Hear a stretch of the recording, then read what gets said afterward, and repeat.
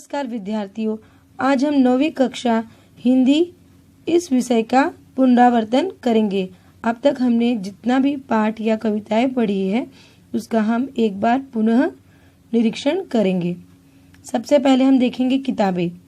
आज के समय में कंप्यूटर के अत्यधिक प्रयोग होने के कारण किताबों के प्रति जो लोगों की रुचि कम हो गई है और अब किताबें सिर्फ अलमारी में पड़ी रहती है। मनुष्य से उनका कोई भी नाता नहीं रह चुका है। इस पाठ में यही दिखाया गया है कि किताबों से हमारा संपर्क लगभग टूट गया है।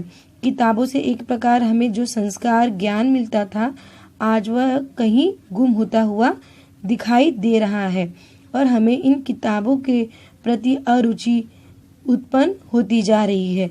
अतः लेखक ने हमें इस किताबों के प्रति पुनः रुचि बढ़ाने के लिए हमें प्रेरित किया है। आगे जूलिया, इस पाठ का हम पुनरावर्तन करते हैं। जूलिया वासिल वेदना बच्चों की देखभाल करने वाली एक गवर्नेंस है। एक बार उसके मालिक उसे घर बुलाते हैं और अन्यायपूर्वक उसे डराकर धमकाकर उसका पैसा अर्थात उनका मेहनताना काट लेते हैं। और जूलिया एक बहुत ही डरी हुई महिला है जो बिना गलती को किए भी अपनी गलती को स्वीकार लेती है। इस पाठ के माध्यम से अंतोन चेखव जी हमें समझाते हैं कि अगर इस समाज में रहना है अर्थात इस देश में रहना है तो हमें अपने हक के लिए हमेशा जागरूक होना चाहिए। अगर हम समाज में डर कर रहेंगे तो हम हमेशा ही समाज में पीछे रहेंगे। इसलिए हमें इस कहानी के माध्यम से अंतोन चेखव जी हमें समाज के प्रति जागरूक होने का ज्ञान देते हैं। ए सखी, इस पाठ के रचयिता अमीर खुसरो जी हैं, जिन्होंने इस कविता के माध्यम से हमें पहेलियां बुझाई है। कवि अपनी सहेली के माध्यम से बताते हैं कि रात के समय आने वाला और सुबह घर चली जाने वाला तारा है। उसकी शादी कराने वाला और मीठे बोल वाला ढोल है। जल पिलाकर उसका प्याज बुझाने वाला लोटा है। सोते समय उसको काटने वाला मक्खी है और सुंदर गुणवान भजन करने वाला तोता है। अर्धरात्रि को घर आने वाला सुंदरता का भंडार चांद है। आंखों की शोभा बढ़ाने वाला काजल है। जीवन नाम से प्रसिद्ध और क्षण में हृदय की पीड़ा को दूर करने वाला प्रसन्न लाने वाली मेरा पति नहीं बल्कि वह एक तरीके की शीतल छाती अर्थात पत्र है जो मुझे शीतलता प्रदान करता है। अब हम 7वां अध्याय डॉक्टर का अपहरण, इसे हम दोहराएंगे। प्रस्तुत पाठ एक विज्ञान कथा है जो कल्पना पर आधारित है। इस कथा के माध्यम से कथाकार ने हमें मशीनी युग में निर्माण होने वाले दैत्यकार मशीनों के प्रति सजग किया है। आज का इंसान इनका गुलाम बन गया है। मशीनों की बढ़ती संख्या के कारण प्रदूषण एवं जलवायु पर बुरा असर पड़ रहा है, जिसके कारण लोगों को विविध घातक बीमारियों का सामना करना पड़ा है। अतः इस कहानी के माध्यम से देवसरी जी हमें अपने कार्यों के प्रति और अपने देश के प्रति कर्तव्य के प्रति हमें जागरूक कर रहे हैं। उन्होंने हमें सिखाया है कि हमें उन्नति करनी है, लेकिन उन्नति के साथ ही साथ हमें देश का कल्याण भी करना है। रोकथाम, हमें रोगों पर हमेशा नियंत्रण करके ही हमें अपने कार्यों को सिद्ध करना चाहिए। अब हम 11वां पाठ निर्माणों के पावन युग में, जिसके रचयिता अटल बिहारी वाजपेयी जी हैं, देखते हैं कि इस कविता का सारांश क्या है। कवि कहते हैं कि आज का युग निर्माण का पावन युग है। जीवन के हर एक क्षेत्र में प्रगति हो रही है, नव निर्माण हो रहा है।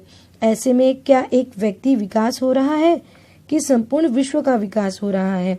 व्यक्ति विकास तो हो रहा है, विश्व का भी विकास हो रहा है, लेकिन हमें अपने चरित्र का विकास नहीं रोकना चाहिए, बल्कि हमें हमेशा अपने चरित्रों को उज्जवल बनाए रखना चाहिए। अतः व्यक्ति के चरित्र निर्माण पर बल देना चाहिए। उसे व्यक्तिगत स्वार्थ से बाहर निकलकर मानव जाति के कल्याण के लिए अग्रसर होना चाहिए। इस कहानी के माध्यम से अटल बिहारी वाजपेयी जी हमें अपने चरित्र निर्माण के बारे में ज्ञान देते हैं। हम देखेंगे पत्र लेखन। पत्र 2 कारणों से लिखा जाता है। जब हम अपने मित्रों, परिचितों और रिश्तेदारों को पत्र लिखकर उनका हालचाल पूछते हैं या फिर उनको अपने यहाँ बुलाते हैं तो उसे अनौपचारिक पत्र लेखन कहते हैं। दूसरा, जब हम स्कूल के प्रधानाचार्य, सरकारी अधिकारी एवं पुस्तक विक्रेताओं, संपादकों को पत्र लिखा जाता है तो उसे औपचारिक पत्र लेखन कहते हैं। तो आइए सबसे पहले हम अनौपचारिक पत्र लेखन समझेंगे। 175 नया मोहल्ला, जयपुर, राजस्थान। अपना पता, दिनांक 2/10/2011 दिनांक। प्रिय रीना, सखी का नाम। सब प्रेम नमस्ते। कल मैं दिल्ली आई थी, सोचा था कि यहाँ का दशहरा मेला अवश्य देखूंगी। पापा ने भी बात मान ली। सखी, यहाँ का तो जैसे काया पलट हो गया। चारों ओर शॉपिंग मॉल, होटल खुल गए। मेट्रो में बैठने का मेरा सपना भी साकार हो गया। बसें भी लो फ्लोर की हरी तथा लाल रंग की है। मैंने यहाँ का चिड़ियाघर देखा। तुम भी साथ होती तो और भी मजा आता। मेरे मामा जी यहीं रहते हैं। फिर वापस आने पर और भी विस्तार से बातें बताऊंगी। अंत में पाने वाले से अपना संबंध बताकर केवल नाम ही लिखा जाता है। अब हम देखेंगे अनौपचारिक पत्र संबंधी तालिका। सर्वप्रथम संबंध, दूसरा अभिवादन, तीसरा समापन संकेत। दूसरा पत्र हम देखेंगे औपचारिक पत्र लेखन। औपचारिक पत्र में हम सबसे पहले देखेंगे अवकाश हेतु पत्र। सेवा में श्रीमान प्रधानाचार्य महोदय, DAV पब्लिक स्कूल। विषय, 3 दिनों की छुट्टी के लिए आवेदन पत्र। महोदय, सविनय निवेदन है कि मैं आपके विद्यालय का 10वीं कक्षा का विद्यार्थी हूँ।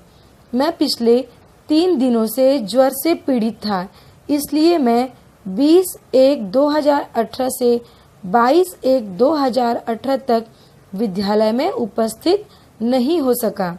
अतः मैं आपसे अनुरोध करता हूँ कि आप मेरे इस आवेदन पत्र को स्वीकार कर ले। इसके लिए मैं सदा आपका आभारी रहूँगा। आपका आज्ञाकारी छात्र। अंत में विद्यार्थी का नाम, दूसरा कक्षा और तीसरा अनुक्रमांक लिखेंगे। बच्चों, इस पत्र में दिनांक का ध्यान आप हमेशा रखना। दिनांक ऊपर ही लिखा जाता है। ऊपर लिखा पत्र आपने देखा ना, इसमें प्रमुख बातें हैं। पहला, यहाँ पता पाने वाले का लिखा जाता है। जो पता होता है वहाँ पर पाने वाले का ही लिखा जाता है। दूसरा, इसमें विषय अवश्य लिखा जाता है। तीसरा, इसमें संबोधन सम्मान सूचक लिखा जाता है। चौथा, औपचारिक पत्रों में नमस्कार, प्रणाम आदि अभिवादन नहीं लिखे जाते। पांचवा, इसमें धन्यवाद ज्ञापन के साथ अपना नाम, दिनांक लिखकर पत्र का समापन भी किया जाता है।